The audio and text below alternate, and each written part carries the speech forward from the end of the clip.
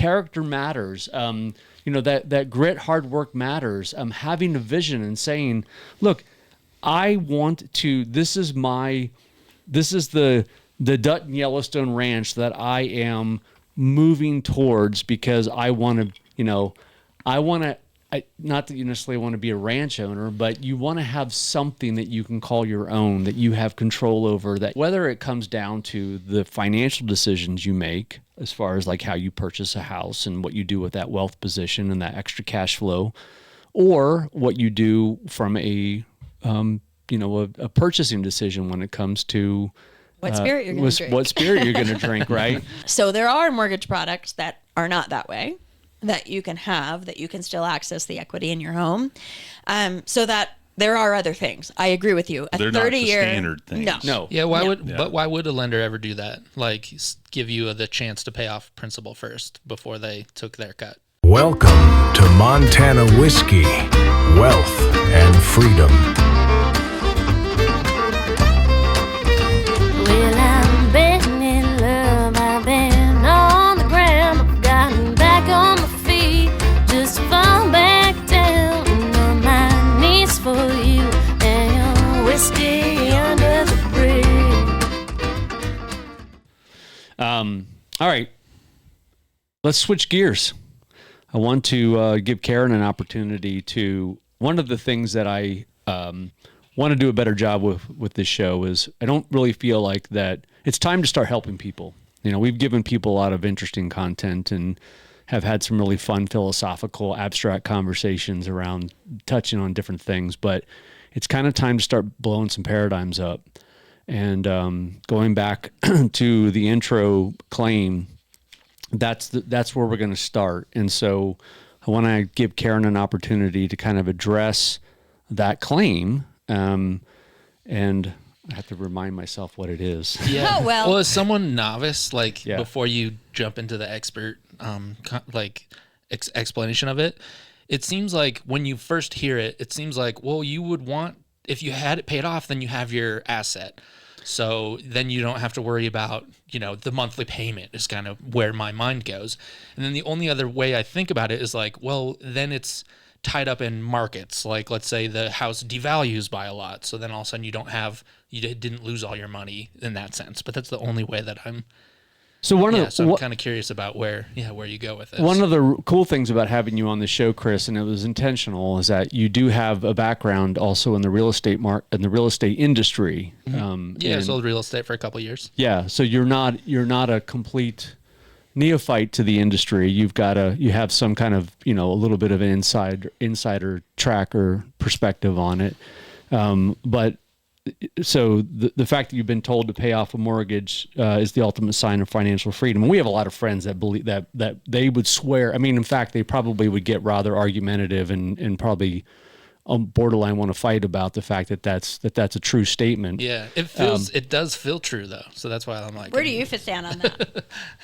I want to hear your explanation. Yeah, on that. Smart. So if I told you that owning your home free and clear might actually be the riskiest financial move you've ever made. So with that said, Karen, take it away. So I will start by prefacing by saying the thing about anything financial when it comes to the correct answer to absolutely every question is it depends. Sure.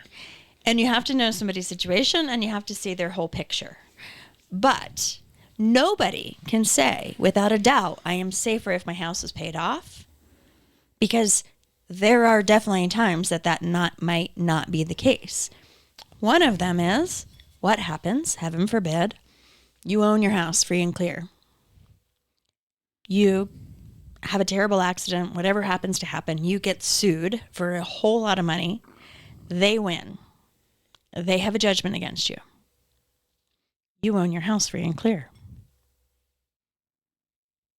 You pay them. If you can pay them. But if you've spent all of your money paying your house off and you don't have that, then you don't pay them and you become a squatter in your own house. Well, that's what I was wondering. Do they have to then, would they have to sell their home in order to pay off? They could force a sale of your home. Right. Now, there's ways around it. I mean, first of all, there is the homestead declaration, but you better make sure you have one on your home. So make sure you have it and it's filed. In this state, and every state's different. So every single state, check your homestead declaration, regulations, what needs to be done, etc. In the state of Montana, you actually have to have filed the form. And you have to have filed the form before a judgment lien gets placed on your property. So do it now. It's only right now, it changes every year because it adjusts with appreciation. But right now it's $425,000 for your home. Well, let's say you own $1 million home. You only get to protect, which means if it sells for $1 million, you get that $425,000. Whatever else you owe to that person, they get their money of the difference. And again, they can force the sale because you have the equity. If you have the homestead declaration in place and you have a giant mortgage, the mortgage lien is still first. So nobody's going to try to force your sale because they aren't going to get any money. The lender is still going to get the money first. So you're protected in a weird way by somebody else having a lien on your property. The other thing that's interesting is that people will say that, well, if they have a lien on my property, they could take my property, right? But if you had that money somewhere, you could always pay off that lien at any given time.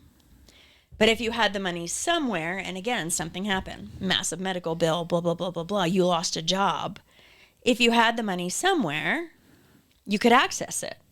If you had been making all those extra payments to your house and you don't have anything to access, now your house is paid off, but you aren't going to borrow against it. It's a great big asset on your balance sheet. It looks good. So, but again, you're going to be into a position of that. So another way of looking at that is just a different way of skinning it is if you owe $300,000 on your house and you've got $300,000 sitting in that side account that is accessible, is your house paid for? No, the answer would be no, because you haven't actually paid for it. But on paper, basically. I mean, essentially, you're in the same you're in the same position. You're in the same position because if you're well, then you walk away with a balance of zero and you own your house. Right, if you chose to pay it off. Right. But at least you have the choice of accessing. You have liquidity. You have the liquidity, right? So the way I think about it is like you have to think about like we live lives of cash and cash flow, as Karen likes to say. And the thing is the goal is to keep your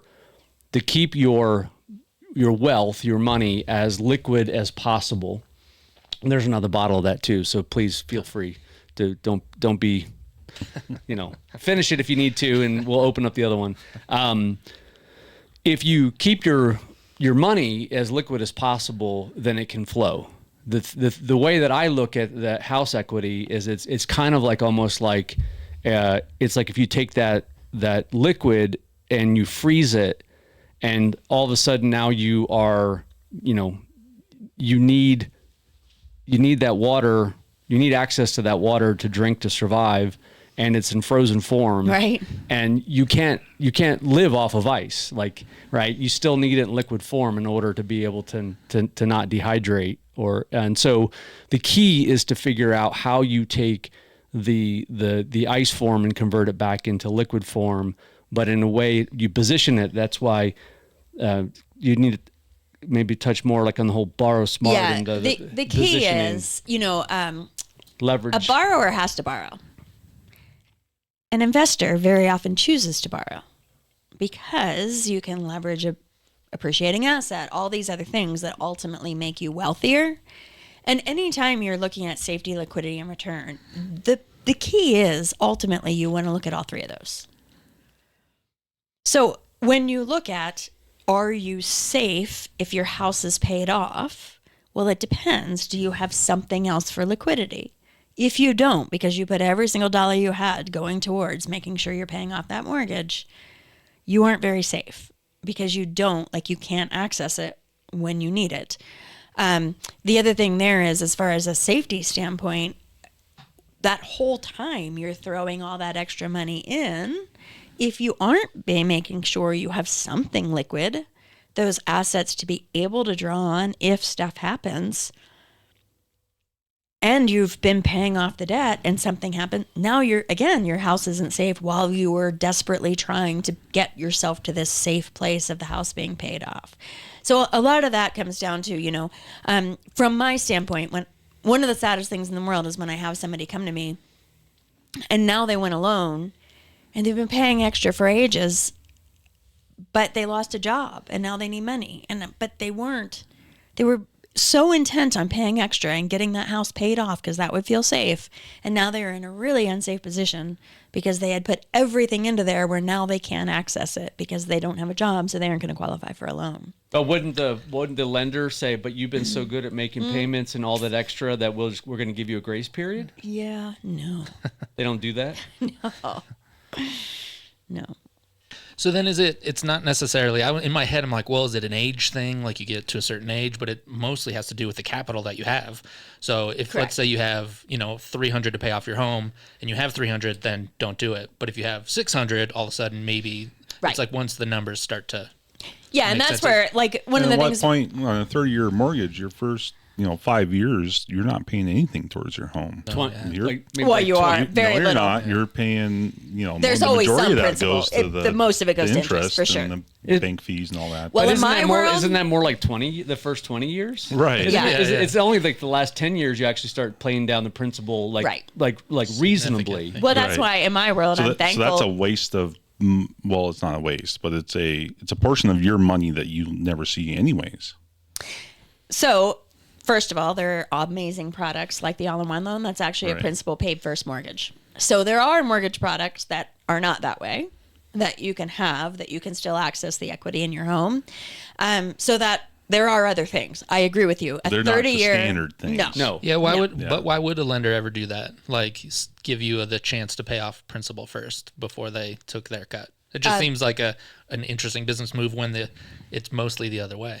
Yeah, because Did you know the answer to that question? No, why would a lender would want to get their money first, right? And most of them do. Yeah. And so they love to keep you in the 30-year. No, he's asking why would anybody do the all-in-one? Why would a lender do the all-in-one? Oh, no, I'm sorry. I thought the question was why would a lender allow that? No. Why would they do the principal first mortgage? I got you. Yes. I got you. There are not very many who do. Yeah. But it's cool to know that is an actual option out there. Yes, it is a proprietary product by CMG Home Loans that came out in 2005 and got a patent in 2009. Okay. And is revolutionary. Yeah. And it is. And it's because it's the right thing to do, honestly. Yeah. With banking relationships. So there is that. The other thing you have to look at, though, even if you're paying interest. So when you're looking at any time you're paying interest, right? Mm-hmm. And I agree. That is one of the things I tell people all the time. My gosh, look, a 3%, a mortgage over 30 years, even at 3% is an insane amount of interest. Yeah. Insane. And so that's why I'm thankful that we have other options like the all-in-one loan where you don't have that effect.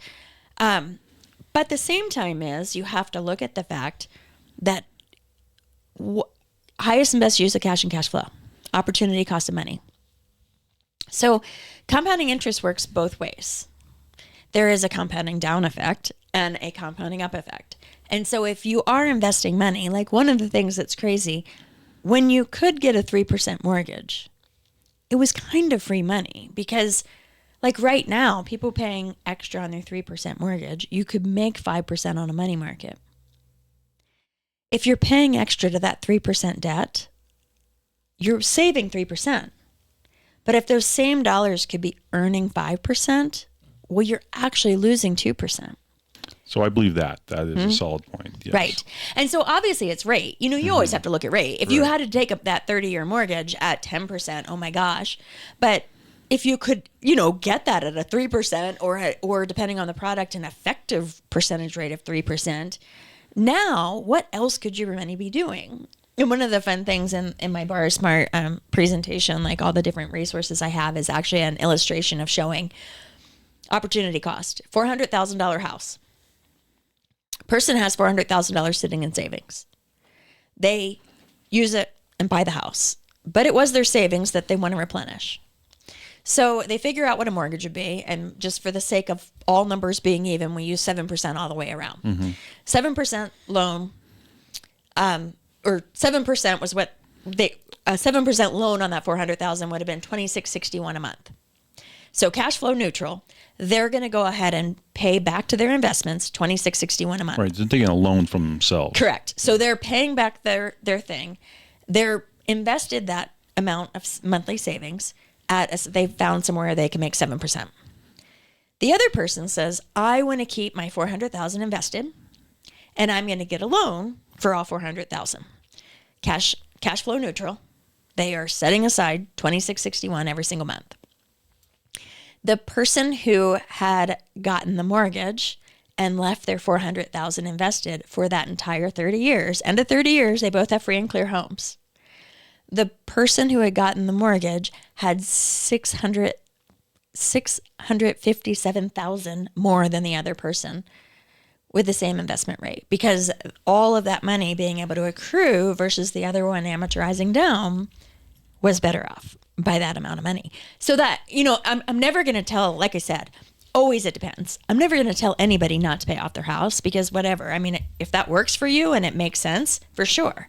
The only thing I ever want people to do is truly pull back the aperture and look really big picture and look at all of the options you have and then make those decisions. Because what I see a lot is people just being so hung up on that they're doing that to their own detriment, and all of a sudden they get themselves in a terrible position because they've been so hyper-focused on that they have put everything into it and now have themselves in a place that they aren't safe.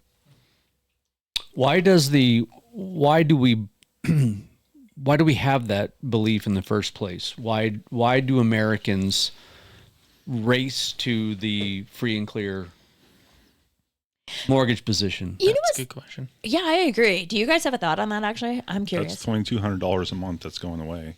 And of that money, the majority of it's just going to the bank. So get down there to where that majority of that money is actually going to your house. That's my thought. So it's monthly cash flow for you. Is your thought? I mean, everyone lives, like the vast majority of Americans are living paycheck to paycheck. Right. Lives of cash flow. Nobody has $400,000 in their savings account. Not Right. nobody, but the vast majority of the people living in this country don't have savings. You're doing pretty good if you have 2 months worth of savings, right? Yeah, 2 months worth of paychecks. That's true. Yeah. That's a true statement. That's considered doing really well in America. But this is one of the things. Okay, so you want to spend money to live indoors, right? You're going to spend money, whether you're a renter or whether you're dig a hole in the hill. Right. But most of us want to live indoors. Right. So if you want to live indoors, and as you're looking at this as an expense, the thing you have to look at again, yes, I'm going to pay to live indoors and I'm buying my house. So ultimately, I want to have savings and a house. Right. How do I get there faster? Get a better job. Do I get there faster by putting any extra cash flow to pay? If I pay my mortgage off and my 30-year mortgage, I've paid extra to, and so I have it paid off in 16 years instead of 30. But if the extra I was putting, I could have been investing somewhere. And again, this is all where you have to look at all the numbers. What is your interest expense on that mortgage? What is the interest return you could be making on whatever you were saving and investing? If I could be saving that money for 30 years and now I'm saving the difference, if all I've done is paid off the mortgage and now great, now I have the entire mortgage freed up that I can start saving. But I'm starting at year 15. I've lost all that compounding that my money that would be working for me could have been doing, because I've let 15 years, 16 years, whatever my early payoff was, go past me. And I've lost liquidity and use of it that entire time if something came up. So those are the things that you have to be careful about, of just make sure you know the numbers both ways. I'm all for people saving. What's the average return on the money market account? Right now, I think last time I checked, it was around 5.5%. But What's obviously, the lowest? 0.5. Over the last 20 years, what's the lowest interest or the rate return on the money market Yeah, account? not money market. I don't. Yeah, but 0.5. How about a brokerage account? well, the stock market over any 30-year period generally returns to 10%. So Yeah. you're saying if you have a 5% interest on your house, you're better off not making extra on your payment. Just do your base payments, and then take whatever extra, put it in the money market and or a brokerage account. Depending. I mean, again, you have to look at their entire picture. Where are you? Do you have the extra to pay for it? You know, I mean, if you end up paying that extra off, your effective percentage rate on that mortgage ends up lower, your cost of interest ends up lower. All those things are wonderful. For some people, that makes a ton of sense because they do have savings other places. But you can't be so hyper-focused on that ultimately you're wealthier because you've done it if you haven't looked at all the other things your money could have been doing. Yeah. That's it. And I'm not ever, sometimes it does make the most sense, for sure. It's just interesting societally. I think that we do. I think you're right. I think everybody just wants to pay off the house. I think that if you ask, whatever percentage, 80% of people, that's just what the goal would be. But I think it's interesting to think like, yeah, why is that in our The thing DNA? I find the weirdest is how is it that we all think we should have our house paid off and yet we live in the most debt-ridden society of all time? Like you have, people are paying extra on their mortgage, but meanwhile they have $30,000 on their credit cards. Oh my gosh, what are you thinking? Those credit cards are at 24% interest. So, Glenn, this is interesting because you brought up a good point. Like, so the whole people live paycheck to paycheck, right? So, like, if we apply the mindset that, well, I want to pay off my house as fast as possible, so I'm going to go for a 15-year mortgage versus a 30-year mortgage, and there are people out there that are proponents of that and pushing for it, right? The experts are saying, get the Ramseys. Get the. I'm not going to mention any names. The 15 years, pay it off as fast as you can and be free and clear on your house. So the payment on banks don't want you to do that. So probably not. No, there probably is a reason why in the 1950s they went to a 30-year mortgage, or they offering that. Well, that's when Congress authorized it. But the so 15-year mortgage, $2,600 payment. 30-year mortgage, $1,900 payment, $1,700 payment, give or take. This is the variable that really matters. Like you said it yourself. Like most people don't have 2 month savings.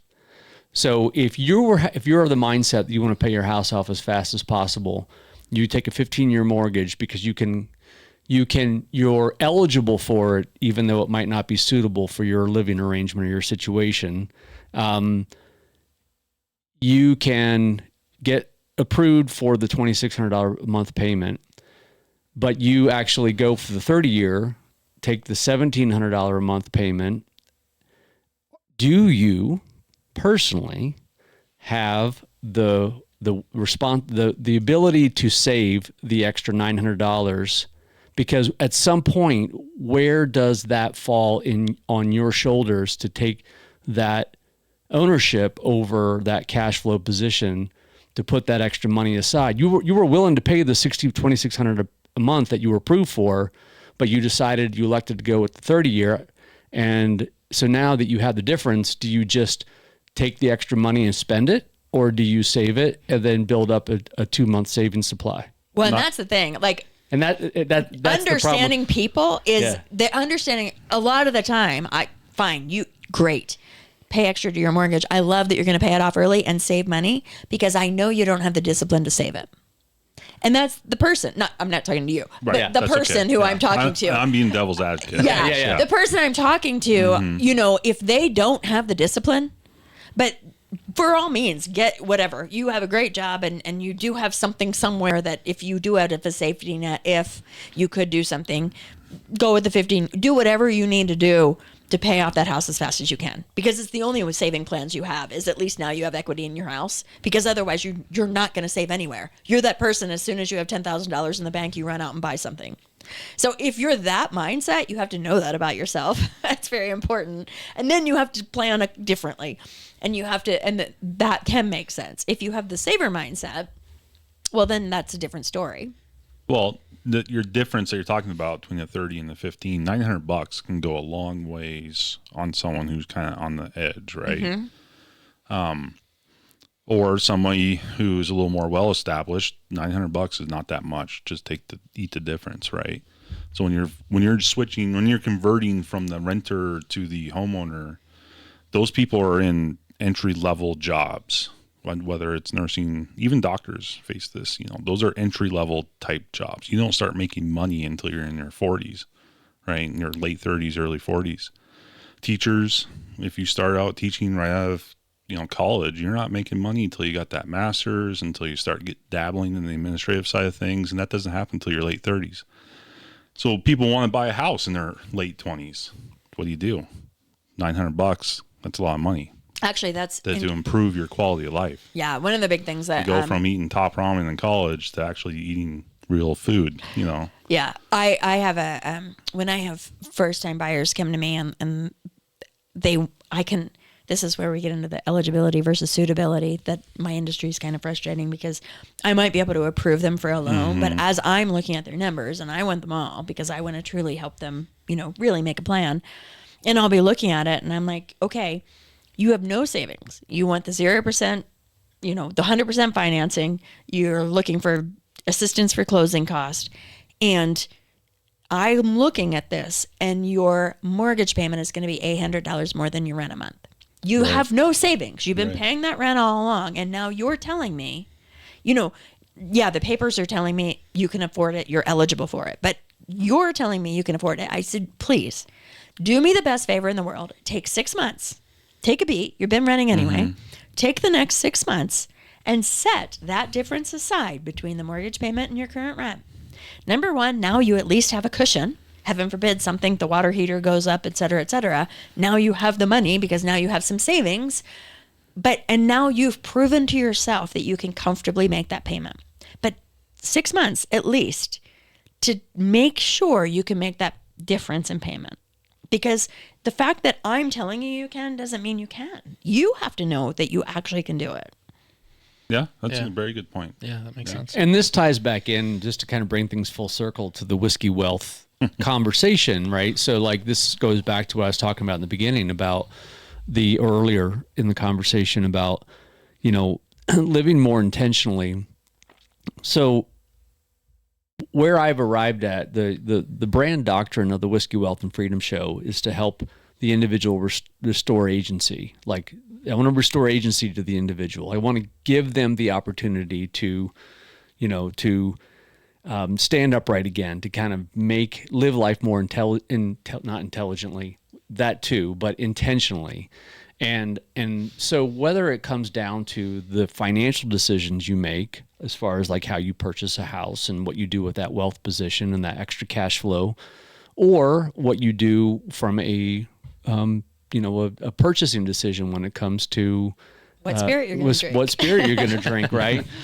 All I ask of anybody that watches this show is just, if you are somebody that believes that you are interested in living more intentionally and that you really want to reclaim that agency, that this information is, it's more than just this show really is more than information. It's more of an identity.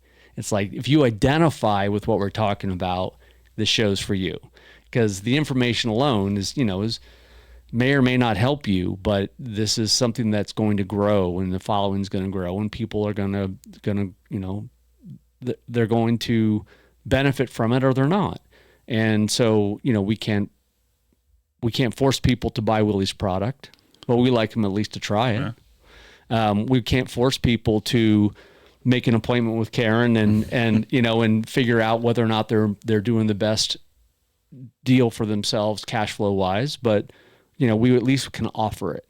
So that's kind of where we are with the whole whiskey wealth thing. And that's funny. Willie's the one that brought this up in the last show, was that, being able, whether you put yourself in a position of maximum control over either your wealth position, your cash flow, or your ability to, as a craft distiller, to create whatever the hell product you want, whenever you want, at whatever quantity you want, and nobody's going to tell you otherwise other than the marketplace, because you have to obviously cater to what people want to buy.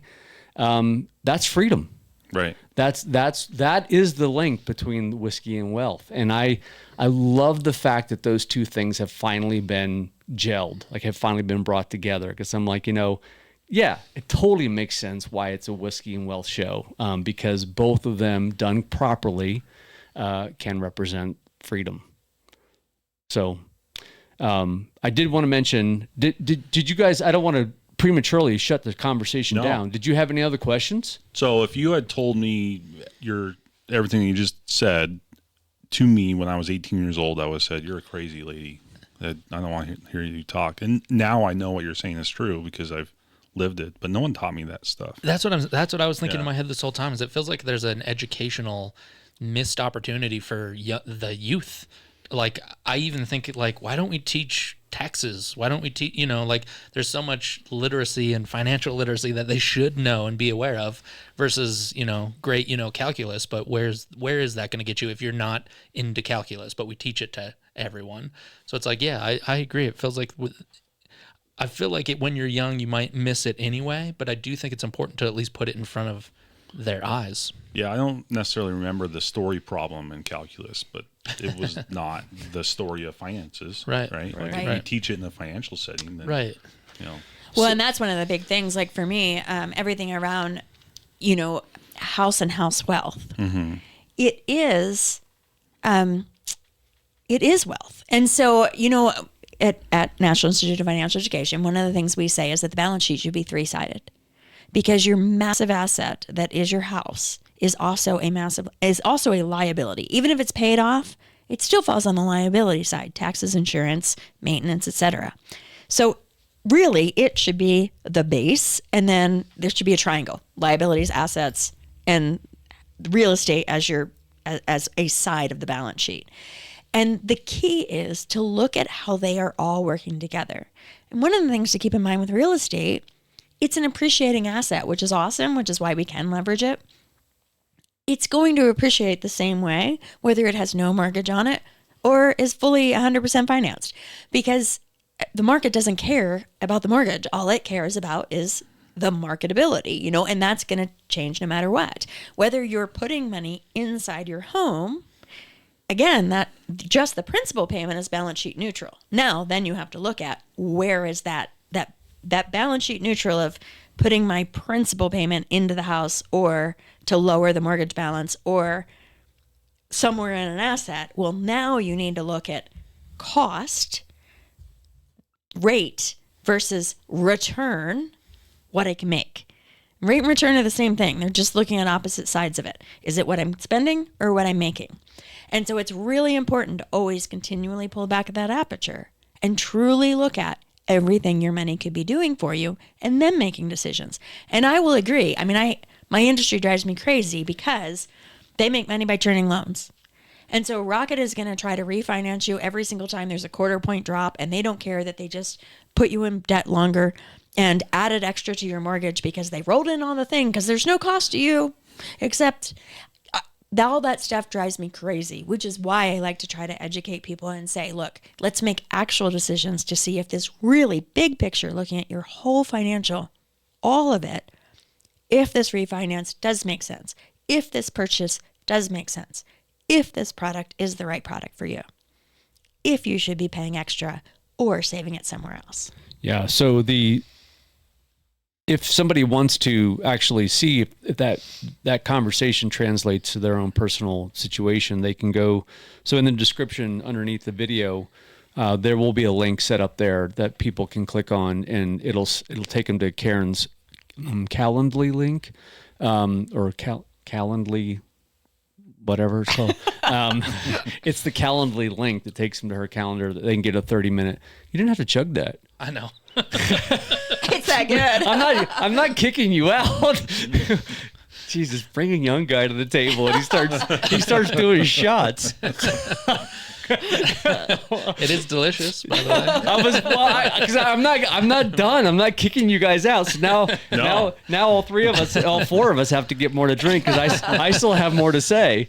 You need to be able to drive back to Butte. I do. But shit. Now you made me lose my thought. No, but anyway.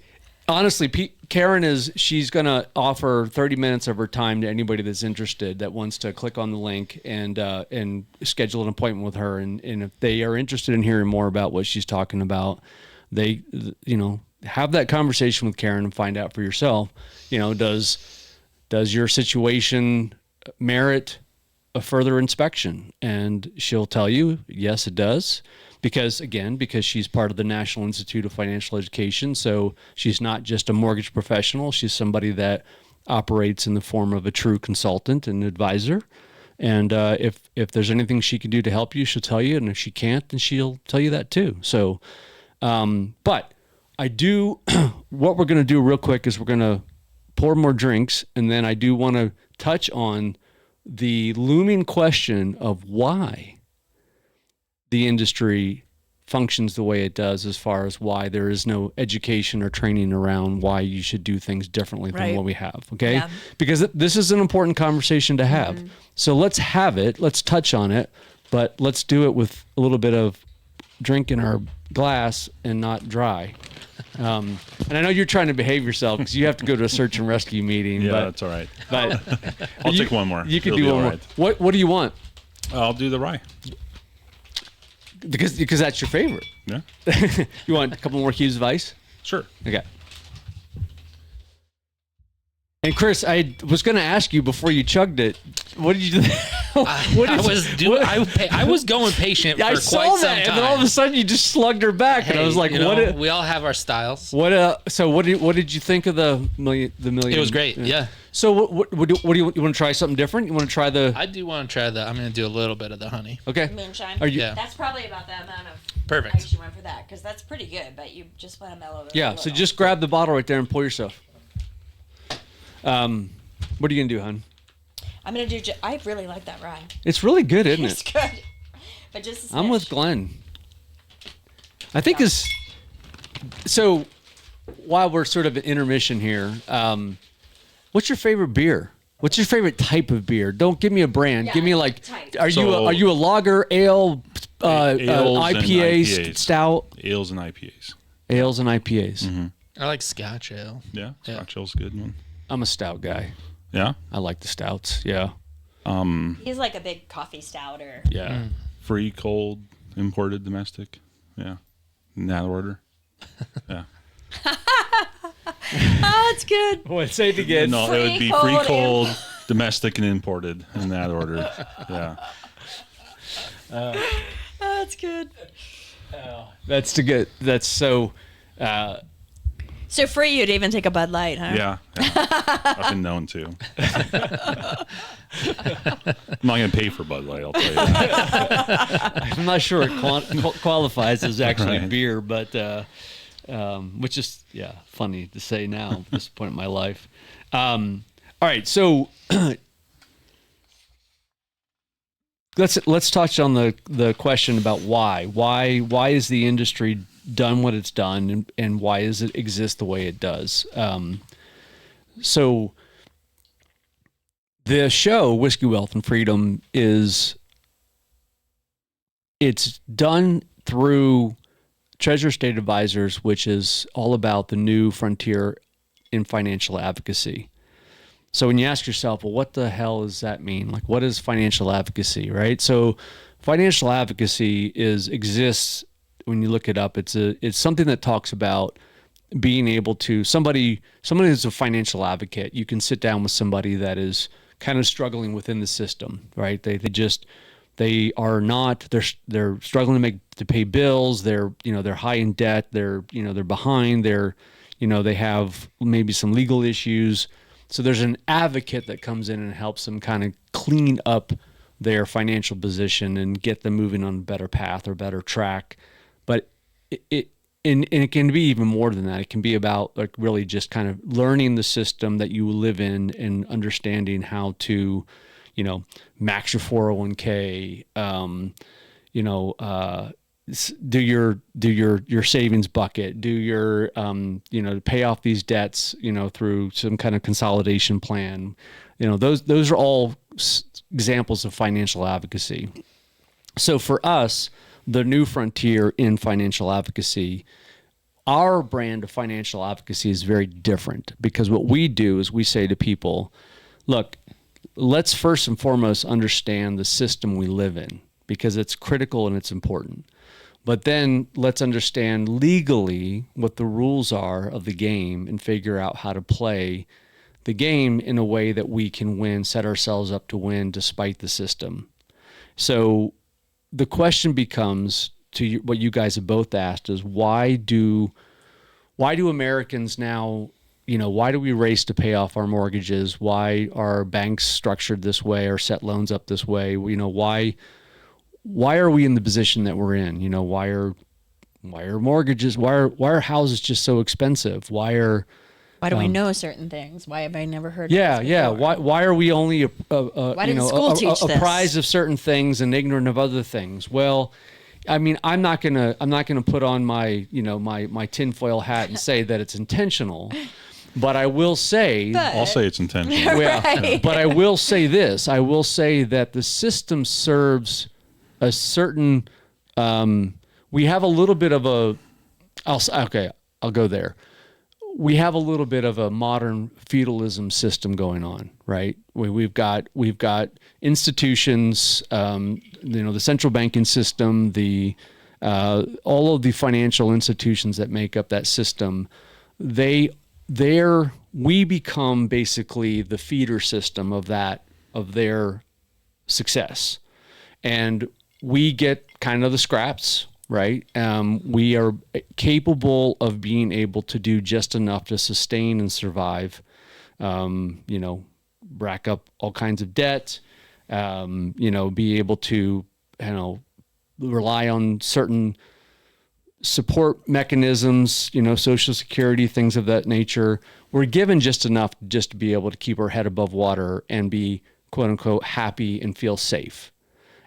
But the reality is that we don't have full control. We don't have full autonomy. We don't have that agency, right? We're trained and taught to live a certain way that basically props the system up and keeps it working.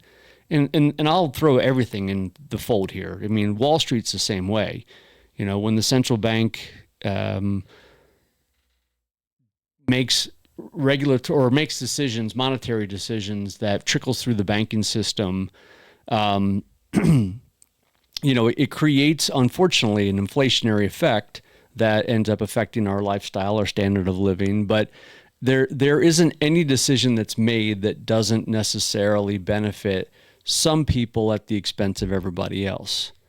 So I would say my argument is that a lot of the position we find ourselves in is very much, and I am a student of human nature. I don't begrudge it because I think it's natural. It's nature. It's human, quote unquote, nature. Right. We do what we do because it's natural. Like Karen and I have horses. We'll throw. You can throw 4 piles of hay out on the ground for 4 horses, and you'll watch 1 or 2 horses run all the other horses off of every pile because they want to get the best stuff first. It's their nature, right? We possess the same nature. And so I don't begrudge any individual person for wanting to protect their own self-interest. It's just the key is figuring out what's going on so that you do a better job of protecting your own self-interest. And because we're not being taught that, the whole goal of the show is to fill that educational gap, that educational void, to give people that information that they're not hearing anywhere else, and then to position them or empower them into a position of being able to reestablish that control. So that's my opinion on it. And so I want to hear what your guys' thoughts are on that, because I just dumped a bunch on you.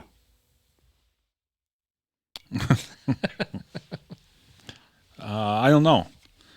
Nixon gutted the education system, or he tried to, and then Reagan did a lot for just kind of taking the funding out of the general public schools, and it hasn't ever gotten back. There's no presidency that's ever really restored it. So coming out of high school, it's they don't have those kinds of resources and to teach you this kind of stuff. My own personal, the Army gave me a job and a place to live. College gave me something to do, and I paid for it partly through the Army. And then I took up student loans. So my first 5-6 years of my career was paying down student loans. My first 2 years of my career, I was renting. Finally got into a house. I bought a really cheap house that was falling over with cash.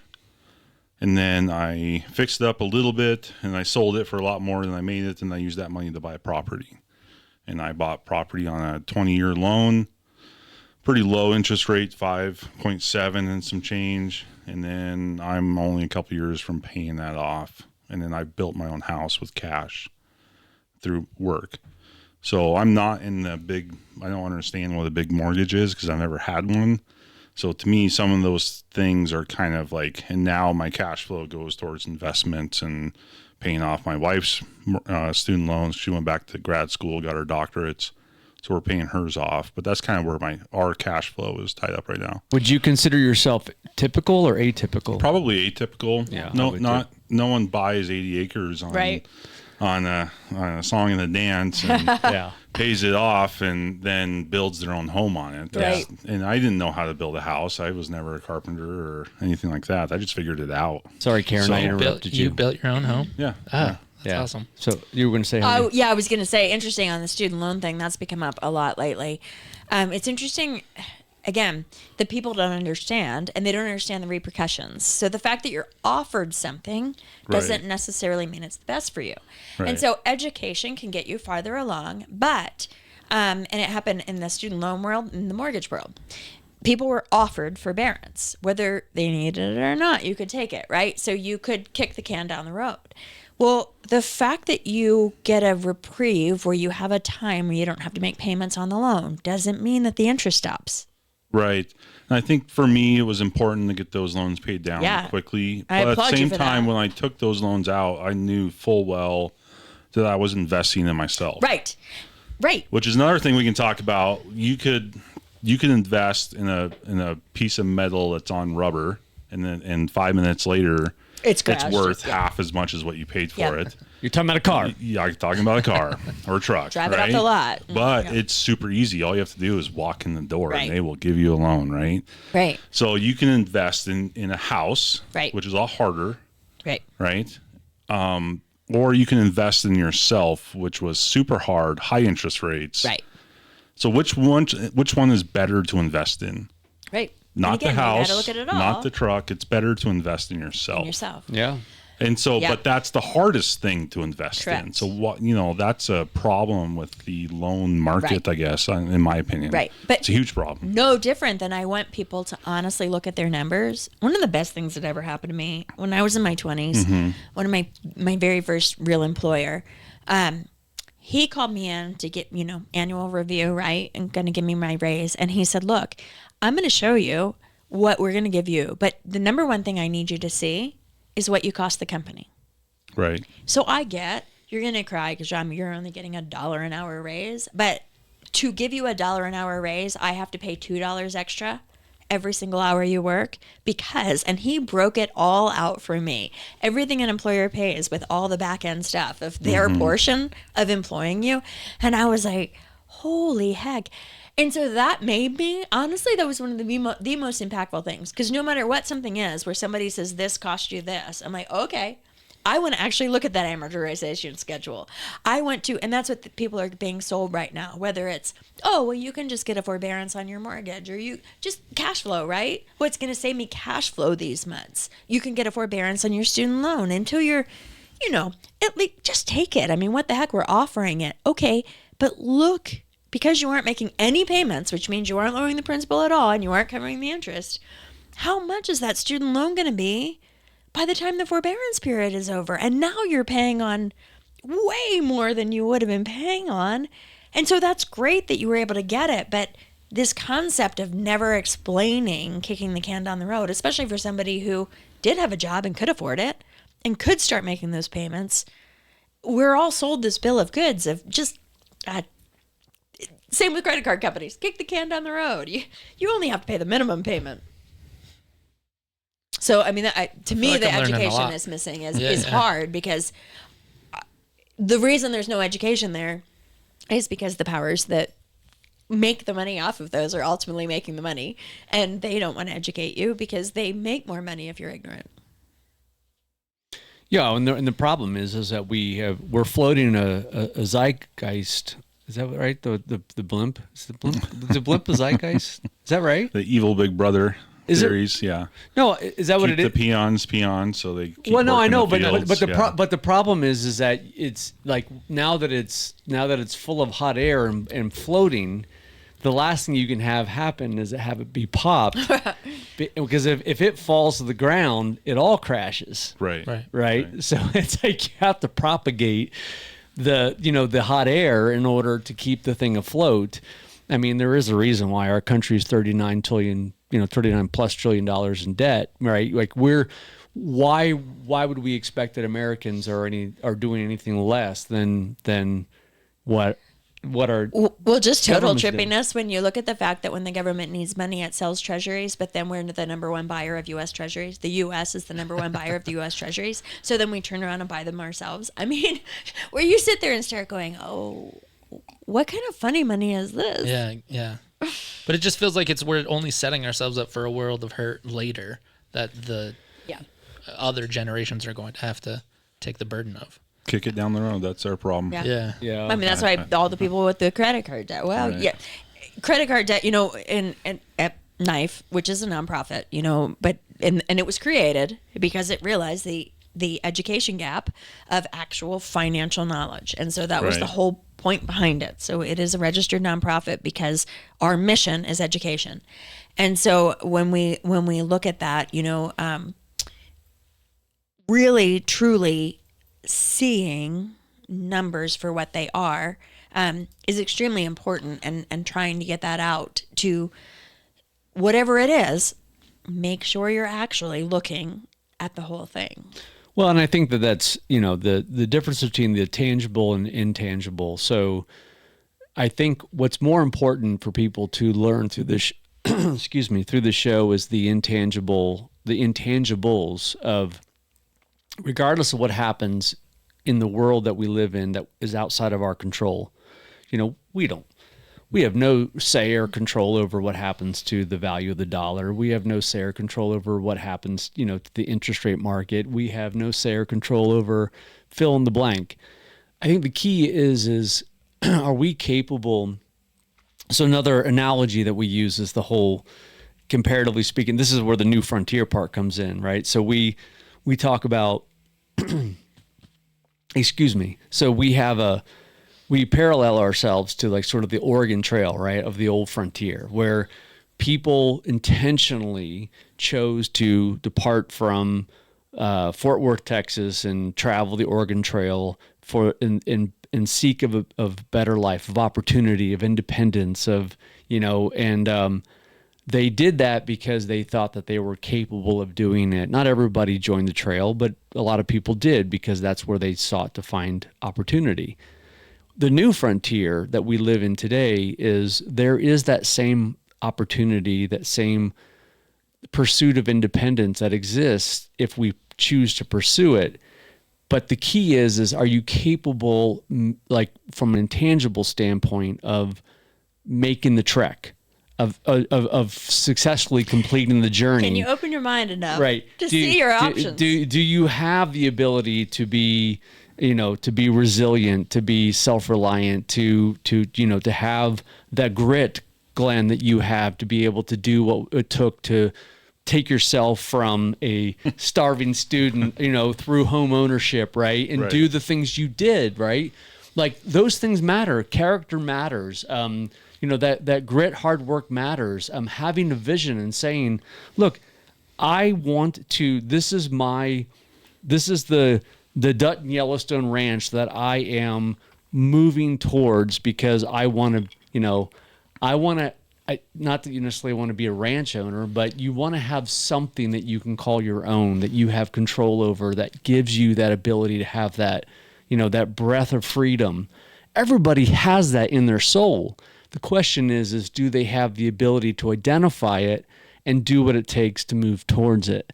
And I think the thing is that what's going to separate the wheat from the chaff, tying back in the whole grain analogy back to the whiskey is not everybody does, and that's okay.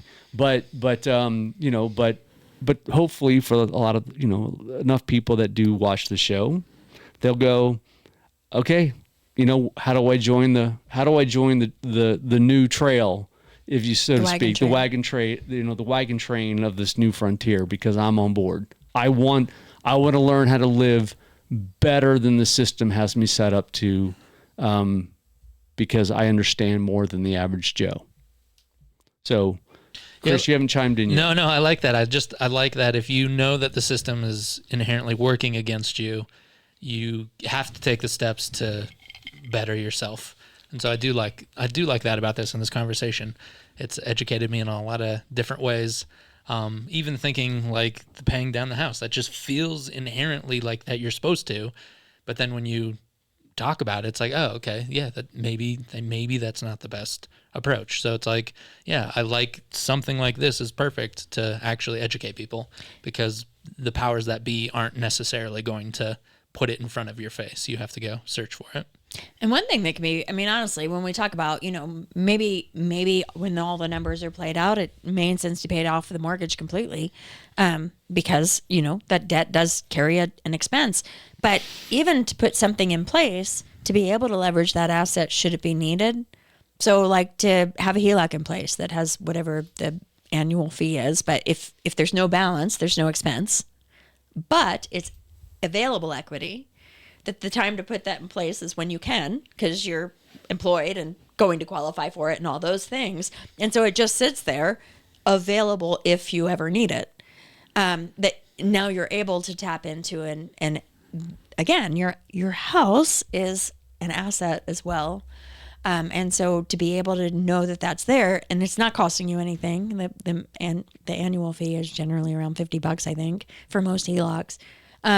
But it's already in place, which is helping your safety, because now heaven forbid something happens, it needs a new roof and I don't have the money or whatever it happens to be, it's there, but it's also not costing you anything. So there is a fun little safety thing there, that you're more safe by technically having this lien on it, even though at any given moment the lien might be for $0. Yeah, and that goes back to the whole concept of liquidity saving, Safety, liquidity, and return. Safety, liquidity, return, or liquidity, use, and control, however you want to say it. But the key is to put yourself in as much of a liquid position as possible when you're capable of qualifying for it. Don't try to pursue it after the fact, when some lender will look at you and say, what? Like, you don't qualify because you're unemployed, or you have some catastrophic need, or, whatever your position or situation is, that where it's just too late. The key is to be proactive as opposed to reactive. And, right. And again, just making sure you're looking big picture. Yeah. Always. There are ways to do that. It just goes back to that education component. And I guess that too also goes back to one of the things we've talked a lot about is it's interesting, the education thing, but also how everybody wants us to set up money is siloed. So I silo this money here, and I silo that money here, and I silo that, and there's no flow. And everything works better when it flows. And anytime we can figure out a way that our money is going to stay in flow and continue to, that's the way it actually makes money, is by being in flow. So if we've locked it up from ourselves, it doesn't mean we've locked it up from whoever we stuck it with and they're using our money. How banks make money, it's all about arbitrage. And so at some point the bank's making money off of our money. Well, how do we figure out how we can make money off of our money? So all those different things that come into play of have a better understanding of what we can actually control and have control over. What do you guys think? Well, that was above my head. That was above your head? Yeah. A little bit.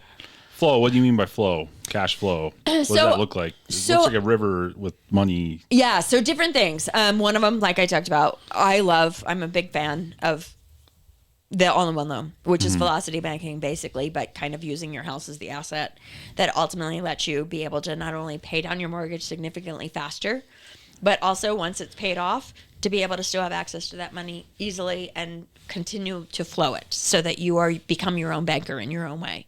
But- There are other ways to become your own banker. You can become your own banker by having investments like Kyle, who you've met on the show before, with Infinite Banking Concept, of being able to use certain products that ultimately end up allowing you to keep your money in flow. So, so many people max out your 401k. Well, you did, but you don't have use to that money until someday when you retire. And now you can start accessing it, but then you get taxed on it. All the different things. You've stuck it in a silo. They're making a whole lot of money. You're hoping they're going to give you a return because of how much they're making on your money. Mm-hmm. But at least examine the other ways you could actually be making money on your own money through different products, et cetera, that ultimately you can be building your own worth by being able to flow your own money, because you do have needs. You are going to have financing needs. You are going to have things you have to buy. So what are ways you can do that in a way that you're keeping your money circulating instead of locking it up, that now it's in this vault. In the vault, it's making all those people who have control of the vault a whole lot of money, but it's locked off from me. But I set it there because, and again, this comes back to do you know yourself? Maybe you need to set it there because you don't have the mindset that lets you be able to keep your money in flow because you'd spend it all.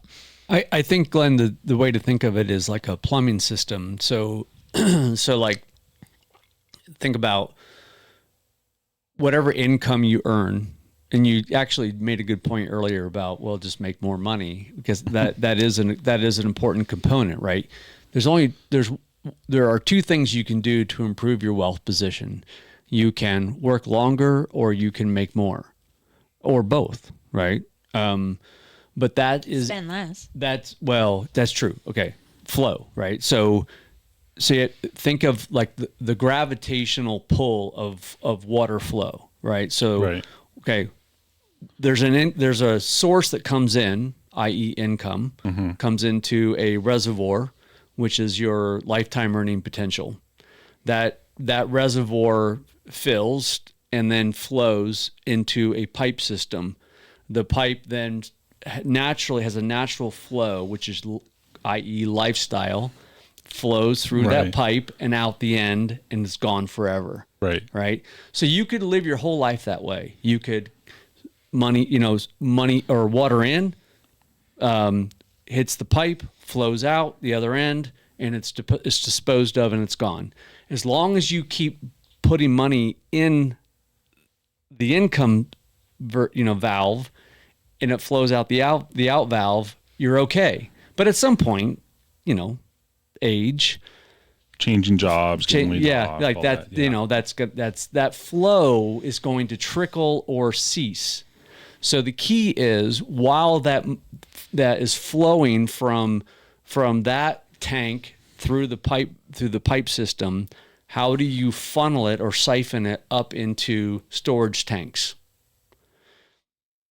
And those storage tanks can be, some kind of investment tank. It can be some kind of, safe parking spot, whether it's, whatever that, hiding whatever under the bed. Yeah, you could do that. Yeah.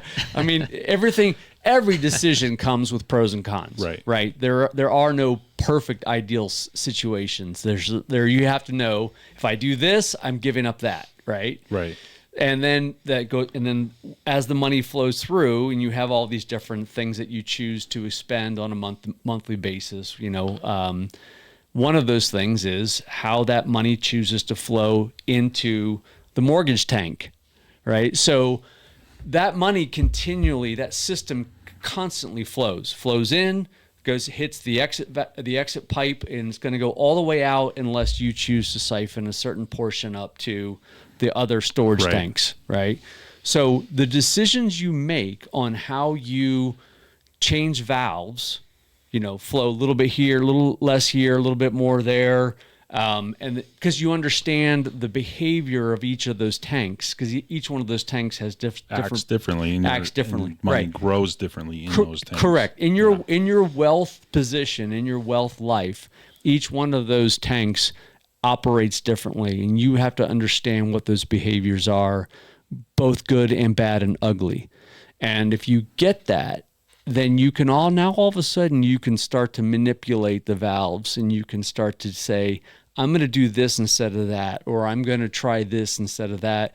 And you start moving that flow around, but you never stop the flow. The flow is constantly moving. It has to.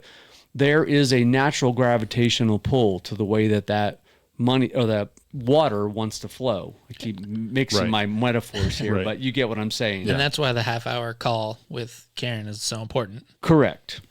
Absolutely. Because there are things that you can do that could be very simple, or it can be a little bit more complex. But ultimately, when you understand how that whole piping system and storage system works, because nothing truly does remain in a vacuum or static. Is that true to say? Is that fair to say? It's a question of whether you're benefiting from its position or somebody else is. And that's the key, right? That's the key. So when Karen says that the whole cash flow concept, that's just picture like sort of that plumbing piping system in your mind. That's good. Yeah, I mean, assets or net worth is assets minus liabilities. And so both of them are as important. And people are always, if they are trying to save, they're just focusing on their assets. And then they're kind of, again, either not paying attention to, heaven forbid, the person who has $30,000 on credit card debt at 24% interest, but they're maxing out their 401k. And I'm like, oh my gosh, can we really look at what these numbers look like? If we look at how that works, again, like I started with, a borrower has to borrow. An investor very often chooses to borrow. All of the uber wealthy, they aren't spending their capital. They're borrowing against their assets. They're using them as collateral because ultimately that's the better way to do it. Right. And so things like that, if you're set up in a way, it can ultimately make you wealthier by strategically leveraging certain things that you might be able to leverage, or whatever that happens to look like, whether it be, different contracts set up or your house wealth or whatever it is that helps you be able to funnel money in a different way to ultimately make yourself more stable and more financially viable. At what level, what's your income level do you have to make in order to get to this point? I don't think it matters at all. Honestly, it is a mindset thing. Because I have seen people who I have sat there, they make $500,000 a year, and I'm like, oh my God! But you spend $600,000 a year, and this is a problem. That's called a more expensive trap. Yes, yeah, and so it really is in so many ways. Yes, obviously, on some level, if you're only ever going to make $20,000, there's only so much we're going to be able to do for you. I mean, that's where the vast majority of us are. In that world, in the 5-digit or 6-digit mark, right? Right. Right. That's the vast majority of Americans are in the 60,000 to 30,000 range. Yeah. But what level do you have to achieve in order to start making flow work for you? Right. But like with the all-in-one loan, I've seen somebody who had they were diligent. They had kind of a good grasp on their money. They were $60,000, and with the all-in-one loan, they were going to save a crazy amount of money versus what they had otherwise, what they would have had in a traditional mortgage. And again, that gave them the access to be able to do things. That depends. There's kind of there's an aging app where you can age yourself. For old fogies like us, that doesn't necessarily do anything. But for a young pup, all of a sudden you have yourself where you're 70 years old. And the spenders, the people who they just got to keep up with the Joneses, right? I'm like, you got to age yourself to 70. Stick that picture of you in with your credit card. And every time you go to pull it out, you see that old person with the frowny face. Make sure it ages you as I'm so sad because I have no money to live. And put that with your credit card and have to face yourself every single time you live above your means right now. Because there is that, what is the answer to that? I don't know. I don't have any magic bullet that says. Well, I will say that one of the things to your point about the mindset is its capability of saving and debt to income. Like that matters. Like it's not income level, it's more those two behaviors, right? So if you are somebody that regardless of what you make from a lifestyle standpoint is capable of having some semblance of savings and being able to control that debt to income ratio, that is what matters. So yeah, you can be a $50,000 a year income person and still benefit. Or you can be a $500,000 a year person and Not benefit at all unless you're going to change your behaviors. and be completely screwed. Yeah. Right. It's mindset. But the It's person who makes mindset and behavior. $50,000 and said, but I want to live like a $100,000 person, well, I don't know how to do that for you. Like, I don't think anybody does other than make more money. Like you do have to at some point decide, are you doing this just to try to keep up with the Joneses, or are you doing this because it is actually necessary? And I've never had a credit card just because for me, it's always made sense because I feel like there's a danger with it, as so many people have fallen into the trap of like, oh, now I can afford this and this and this and this, and now I can't get this. And so for me, it's always been like, yeah, just living within my means has always been what's benefited me. But I could see how so many people could see these things and like realize like, yeah, if you don't have to, again, I hear it often where it's like someone making over 250 is struggling. And I'm like, you're paycheck to paycheck. What is going on? So it's like, it's just interesting that everybody at every level can learn things from How about the people in the NFL that make $2.5 million a year and are still bankrupt? Yeah. I mean, it's relative. Well, and that's interesting too, because that one of the things that National Institute of Financial Education has is we have a program called What Is Enough, and it is weirdly bizarre. Like one of the stories in there is a couple who went through that, and they made really good money, and were always poor, and it was ridiculous. And when they went through that thing and actually thought about what they wanted, which is I think one of the saddest things for me about Americans.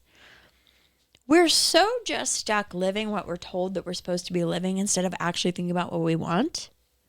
So I buy this brand because all my friends are, but do I want that? Do I even like that brand? Do I even, you know what I mean? Again, this goes back to this of like, are you just drinking it because it's what you've always drank, or have you ever actually tasted something else?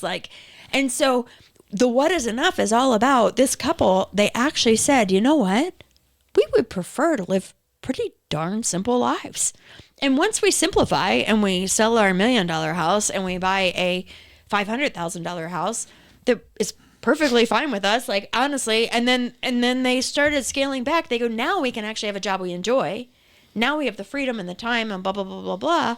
And all of a sudden they like way backscaled their lives, but ended up financially better in so many ways because, and not to mention psychologically better, because they weren't just stuck on the hamster wheel of, well, I don't know, I just have to, buy,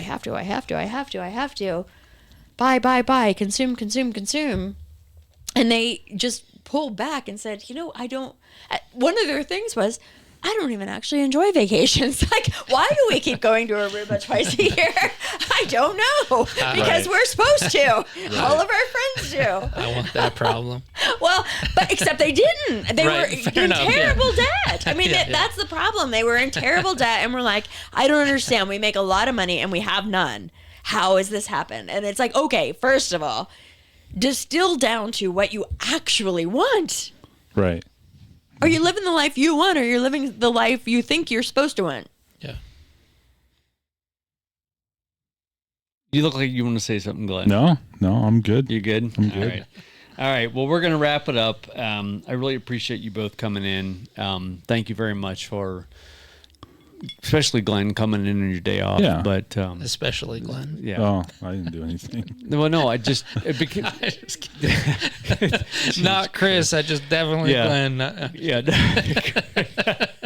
It's his day off work. It's a day off of work. Oh man, well, I wish I had one of those. Those sound nice. You don't get to. You're self-employed. That's right. You work every day. As far as I'm concerned, you are. That's why I text you. That's why I text you on Sundays. Yeah, exactly. No, everybody has that same mentality as you. No, I super appreciate both of you coming in today. Thank you. Yeah. But so this has been great. I really appreciate it. And Karen, thank you for sharing your information about that. Because Absolutely. Very educational. it's been a long time coming. You know, I've been kind of pussyfooting around the whole how do we actually help people, and I think today we started kind of getting into that where now it's time to get serious, start blowing up some paradigms, and start really doing the job that we're here to do, which is help people. Look at real numbers. I mean, ultimately, it all comes to the answer is always it depends, but you have to look at your numbers to really know the answer because there is no, this is the answer. Yeah. That until you've looked at your own numbers. good place to stop. So if you want to take advantage of looking at your numbers, go to the link in the description and click on and set up a 30-minute consultation with Karen and go from there. Good luck to you, and thank you, everybody. Thank you. Yeah, thank you. Now I gotta run back to Montana. I had my fun.